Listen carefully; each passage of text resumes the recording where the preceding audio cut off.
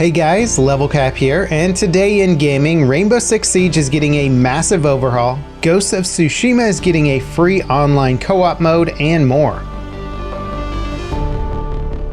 Competitive FPS Rainbow Six Siege is getting a major update with Operation Shadow Legacy. It adds the iconic Splinter Cell agent Sam Fisher as a new operator. His new call sign is Zero, and he sports an intel gathering gadget that can fire a two-way camera into breakable surfaces with a laser that can destroy gadgets and harm enemies. The Chalet map is also getting a rework with this update that fortifies some areas and adds a new pathway between sites in the basement. Now the rest of the update is where things get really interesting. Firstly, weapon sights have gotten a complete overhaul. There are new zoom options, all the existing sights have been cleaned up or reworked, and there are even some new sights being added. Weapon optics play a significant role in Siege's meta, and the right sight in the wrong hands can massively upset the flow of a match. Which operators get access to what sights is also changing, so I'm sure we'll see some brand new metas established. Defenders will have their reinforcements allocated to a pool rather than each player. They'll start with 10 total,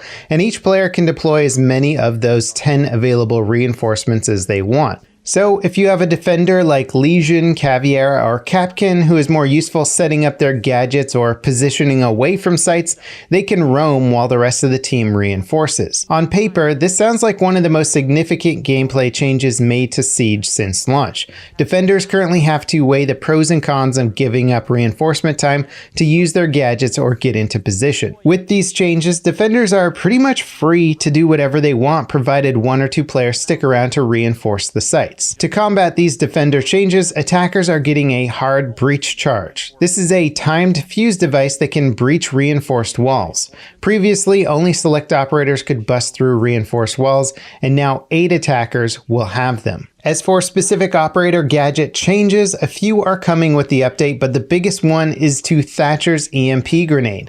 Instead of destroying gadgets, it will disable them for 15 seconds. This adds a new element of coordination when using Thatcher, as he can't just clear all the gadgets from a site without also shooting them. However, it'll also give you enough time to deploy hard breach charges against Mute's jammers and Bandit's shockwire. Siege's ping system is also being reworked with contextual icons depending on what you ping.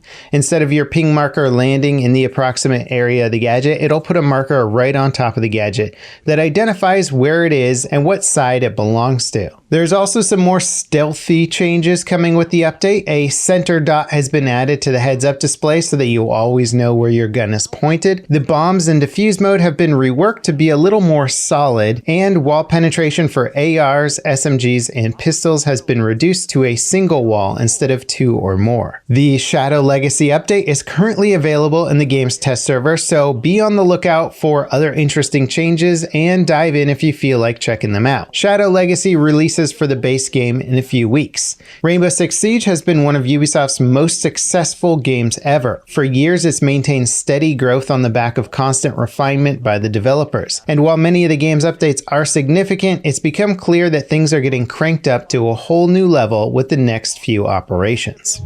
The open-world samurai game Ghost of Tsushima is getting an official online co-op mode this fall. The game launched a few weeks ago as a single-player experience.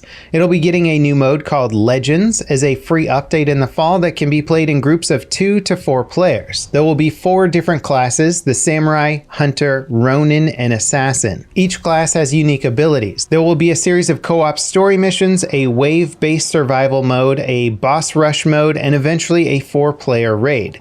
The reveal of this update came as a big surprise given Tsushima wasn't expected to get any multiplayer support.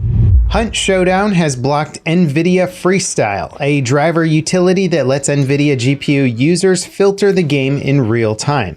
These filters include options that brighten shadows, adjust contrast, and more. In practice, they can give players a huge advantage, especially in darker, moodier games like Hunt.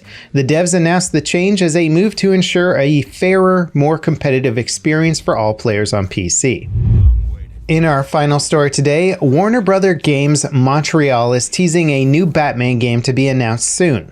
The game is rumored to be Gotham Nights and will focus on the Court of Owls storyline. The game's official Twitter account kicked things off by pointing followers to a new account with a bunch of Easter egg style clips in it. That, in turn, led to a website that people have been digging through for more clues. It looks like we'll be getting a proper teaser at some point this week. Warner Bros. Games Montreal previously developed the Batman Arkham game Origins, which was a prequel to the first game in the series, Arkham Asylum.